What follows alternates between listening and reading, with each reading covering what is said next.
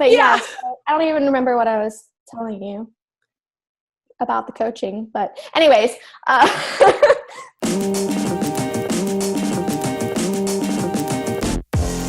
Hello everyone, and welcome to Good Matters. This is a show for business owners and entrepreneurs who want to have a purpose beyond profits, where we talk about the intersection between business and social good, and chat with social entrepreneurs about their journeys, their advice, and what they've learned along the way.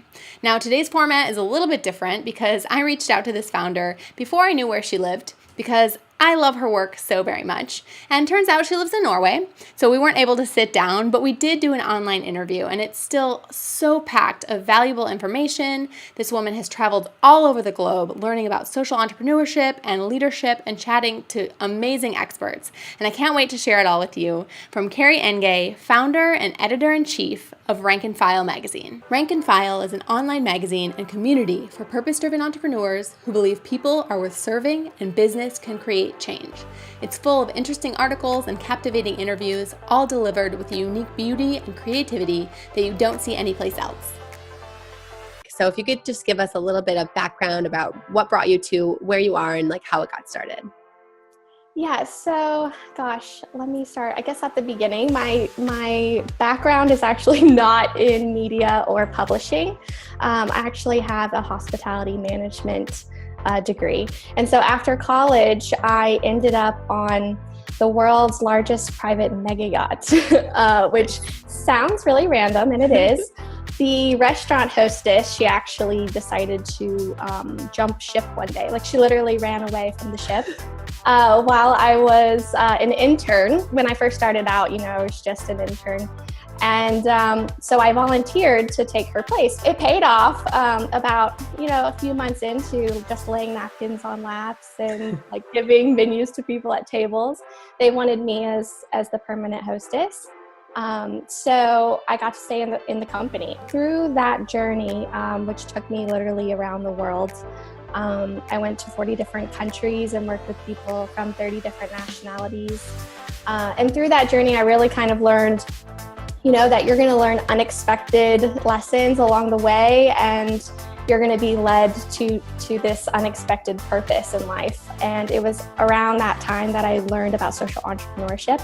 I remember I was planning some tours for the yacht in Asia, and I met some social entrepreneurs, and I thought, oh my gosh, this is such a cool concept, purpose-driven entrepreneurship, social entrepreneurship. Like, we can actually make a difference in the world through our businesses, and we don't have to be huge businesses. We can be even just a mom and a pop shop, bringing in funds and awareness into these really cool projects. And so you could say that my passion was sort of shifting as I was in that company. I also had an entrepreneurial itch that was happening. Like all of a sudden, I was just thinking, there's so many opportunities out there, so many ways to make a difference. How can I make a difference? And so that's why I started Rank and File. I wanted to start a different kind of magazine that was focused on the value of people.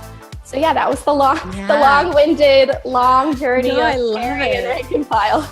No, I love it so much. I love, you've had some amazing people in the lots of amazing people in the magazine. I love reading their stories and their advice, and it's really, really great stuff. But one of my favorite pieces, honestly, and I think this is from like a founder perspective, is your full disclosure. Like, I think it really gives a beautiful opening to see what Rank and File is all about and what you're all about. Was that an intentional piece, or how did that come about? Yeah, so it was 100% intentional. So when I created the values behind Rank and File, I've always said, as a side note, that Rank and File is values-based. So we want to make sure that we're not trying to be like any other magazine. We're trying to showcase our values and to serve people. And so I'm a startup social entrepreneur, just like my readers are. And so I wanted to serve them by giving them that unique perspective, and not to pretend like I'm some, perfect person up on a pedestal. And I wasn't going to fake it till I make it. And I was going to actually share my heart with people, because that's what I challenge all of our writers and our interviewees to do. Yeah. Here's Kari in every single issue, giving her raw, unfiltered story of entrepreneurship. So it's a challenge, because every time I approach it, I have to put something in there unexpected and like uncomfortably honest. I always try to do that. So I think in my first one, my very first one in the first issue of Rank and File, I wrote about how I got to interview Simon Sinek, which is like amazing, right? I got to interview Simon Sinek. But what I wanted to tell everyone was that it actually happened while I was sitting in my childhood bedroom, because, you know, in order to start my business, I had to make sacrifices. I had to sell my car. I moved in with my parents. Like, I went 100% in. And I think that's the part that maybe people don't want you to know, is that, like, you know, wow, you got this interview with Simon Sinek. But yeah, I was sitting in my childhood bedroom, you know. When you were first selling your car and moving into your parents' house, like what would you wish you would have had as advice? Yeah, so I did get this advice that I'm going to share with you, but I didn't listen to it. I actually was really mad at the person who gave me this advice. And I can say it now because, like, it's funny, and I look back thinking, like, okay, how I reacted is a lesson in and of itself. So it was my very first interview for Rank and File, and it was actually with a man named Looney Libes. He runs a conscious company accelerator in Seattle. And so he is like a serial entrepreneur before this. He started and sold like a bunch of tech companies.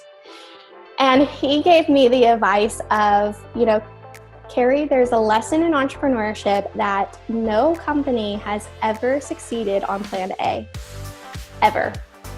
And he gave me some examples. He said, like, you know, PayPal is on its 7th iteration. Like, what we see today is actually the 7th try. Facebook is like on its 3rd. Like, he gave me a ton of examples. And then he said, when you put Rank and File out there, it's not going to succeed in the way you think it is. And I was like so mad. I was like, he's just being negative about my idea. And, you know, he doesn't, like, he's just being like this tough tech He doesn't get it. Yeah, exactly. And he was really trying to encourage me for what I would go through, which is the emotional roller coaster of starting a company, and especially one that's trying to have a social impact. Because he knew that there's going to be all sorts of roadblocks and all these unexpected things that happen when you put something out into the world and it acts differently than you thought it would, and people gravitate towards something different than you thought it would. And he wanted to show me that, you know, you need to cut yourself some slack, and you need to allow the company to shift and move and change and grow in the way that it's going to, and that you can't grab or you can't hold on too tightly to your idea that you have right now. And so I misinterpreted that advice. And I think a lot of early entrepreneurs misinterpret that advice as someone being negative, when in reality, they're just trying to encourage you by saying, you're in 6 months, 9 months, maybe 2 months, you're going to go through, like, you're going to hit the bottom of the emotional roller coaster, and you're going to be like, oh my gosh, this is harder than I thought. And you're going to go through these days where you're like, oh, like I'm either stupid or I failed or like something. But that's actually what you signed up for. Like, that is part of it. And true. You're going to go through all these different steps, and it's going to kind of move like this. And some days you're going to feel like you have no idea what you're doing. And other days you're going to be like, yeah, like they win. And yeah, we just need to cut ourselves some slack and just be prepared for, what I like to call the emotional roller coaster. There is something truly unique about being in leadership for social impact. Can you talk a little bit more about that, and really how that differs from traditional business from a leadership perspective? When the focus comes off of the people, and it moves towards, the bottom line or efficiencies or structure or, all these things that maybe the board of directors is putting pressure on you for, or you're putting pressure on yourself for because you need to make a certain amount of profits, whatever it is, it's easy to lose sight of the people in your corporation or your business. And so that's what I found was the differentiating piece, was just the focus of what was most important. I can't just decide that my social cause is this little bucket and then forget everything else, because that's no different than just putting a social good sticker on your company. In order to make an impact, you have to start from within. You have to look at yourself as a leader. You have to ask the question, do I value people? And then you have to look within your company to make sure you're taking care of everyone in your company. And then that overflows into the cause. And so that's the essence of what Rank and File does as well, is kind of starting from that core place of values and then letting it overflow, as opposed to trying to like add it on to, whatever you've built after the fact. The number one thing to remember is that you can't just read a bunch of leadership books and put great quotes on your wall. And, even if you have like a Simon Sinek quote on your wall, like it means nothing unless your heart is right. And so I think all entrepreneurs and social impact business leaders, they need to ask themselves the question of, do I actually value people? Is that a truth in my life? Do I actually think that like my employees are just as important as myself? Do I think at times they're more important than me? Do I put their interests ahead of myself? You can't say any of those things unless you value people. Right. And for social entrepreneurships especially, like if you don't value people, then you're losing the entire point. For purpose-driven entrepreneurs, people have to matter. We're literally the entire point of business. So we need to start from there in that core. And if we can get our hearts right and we can truly love people, then everything else will be kind of easy. It will overflow from within us. What would you say, though, to anyone who might think you have to draw that line, right, between these are people working and you want to make sure that that you're getting the work done, because as an entrepreneur too, you need, you're probably stretched like crazy. So where do you draw that line between like, these are your people and your friends and you care about them, but also we need to get work done and this is your team too? Just because I try to serve people in like how I send an email or how I answer the phone or how I ask them before we get into business how their day is going, that doesn't mean that the cause behind Rank and File isn't important and we're not working towards something.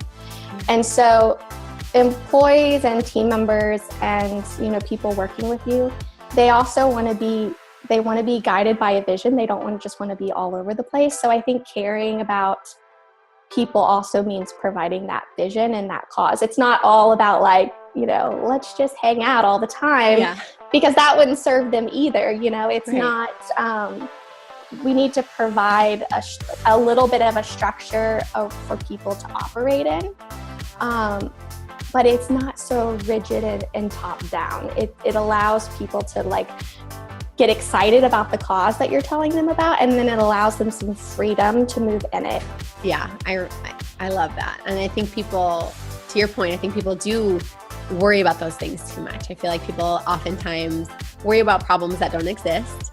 And, you see that a lot, especially in corporate, but even with entrepreneurs too, I think we tend to worry ourselves with things that aren't problems yet. And even though it's good to be cautious about things and to learn from other people's mistakes, I love that of just like, do what you think as a human you need to be doing to serve humans, and then go backwards, as opposed to starting as like, we need to be rigid and this way. You've given us so much great advice just from this interview, but how do you incorporate that kind of, for social entrepreneurs, that kind of advice and these key pieces that we've talked about into Rank and File? Yeah, so Rank and File serves people not just through leadership advice and, through inspiring stories and, advice from entrepreneurs. We really try to make everything extremely practical. Every single article will always have a takeaway, and it will always include very specific advice that's broken down like step by step for human beings to be able to process and to use and to apply. And we put all of these in a free resource section on our website as well. Everyone should check out that free resource page, because these are just people who've just given so graciously their time and their energy to really serve other people. What can we look forward to? What's coming next? What's new? Is there anything like that you want to share with us? Anything else like that? Yeah, so the great thing about Rank and File so far is that people are really gravitating toward the message of servant leadership and the message of just online editorial meant for human beings. So that's been really fun. I get personal messages all the time of people who are just telling me how much Rank and File is just blessing them and helping them. And so what I want to do moving forward is to be able to bring all these people together in a place where they can connect more human to human, like not just one-sided where they read and then they can't interact with Rank and File in other ways. So that is kind of the to be announced project that I'm working on. And yeah, it's going to probably go through several iterations before it comes out. But because of the great feedback that everyone's been giving me, which is that they love the content and they love the cause, now they want to go deeper. Yeah. That's what I'm working on now. So good. And I want people to be able to find you and connect with you. What's the best way to do that for you and for Rank and File? How can we find you and connect with you? Yeah, so I'm always hanging out over on rankandfilemag.com. I write a blog post, I think about 3 times a week there. And I'm also on Rank and File Mag on Twitter and Instagram and Facebook. So I'm always just one comment or tweet or something away if anyone wants to connect. Thank you for sharing your advice and your energy and for everything that you're doing at Rank and File. It's so good. And I can't wait to see where it goes from here. Yeah, thank you so much, Rachel. I'll talk to you soon, okay? Bye. Okay, bye. Such good stuff. Kari's one of those people I could talk to for hours, and I'm pretty sure we did before editing this interview. And it's because she's so personable and incredibly down to earth, but also super duper smart. And it all comes through in Rank and File. So if you haven't had a chance yet, be sure to go and check it out. As always, if you have any questions, please feel free to send them my way. If you like this video, please share it, especially if you know of other people who are also using business for good. And don't miss a thing by signing up for Defining Good updates, tools, and free resources you can't get anywhere else on defininggood.com. Remember, as an entrepreneur, you have a unique voice and a distinct circle of influence. So you can choose to ignore it, or you can use it to change the world. Thanks so much for watching, and I hope to see you again soon. I love talking to people. It's incubator. Ready to go to bed probably soon. A bathroom renovation. From Norway. It's like from 1950. I don't know. From your original blog. Funny thing about not having the internet. Gosh, sorry to tangent. Tile shop. We're like, oh, bougie. What? Anyways.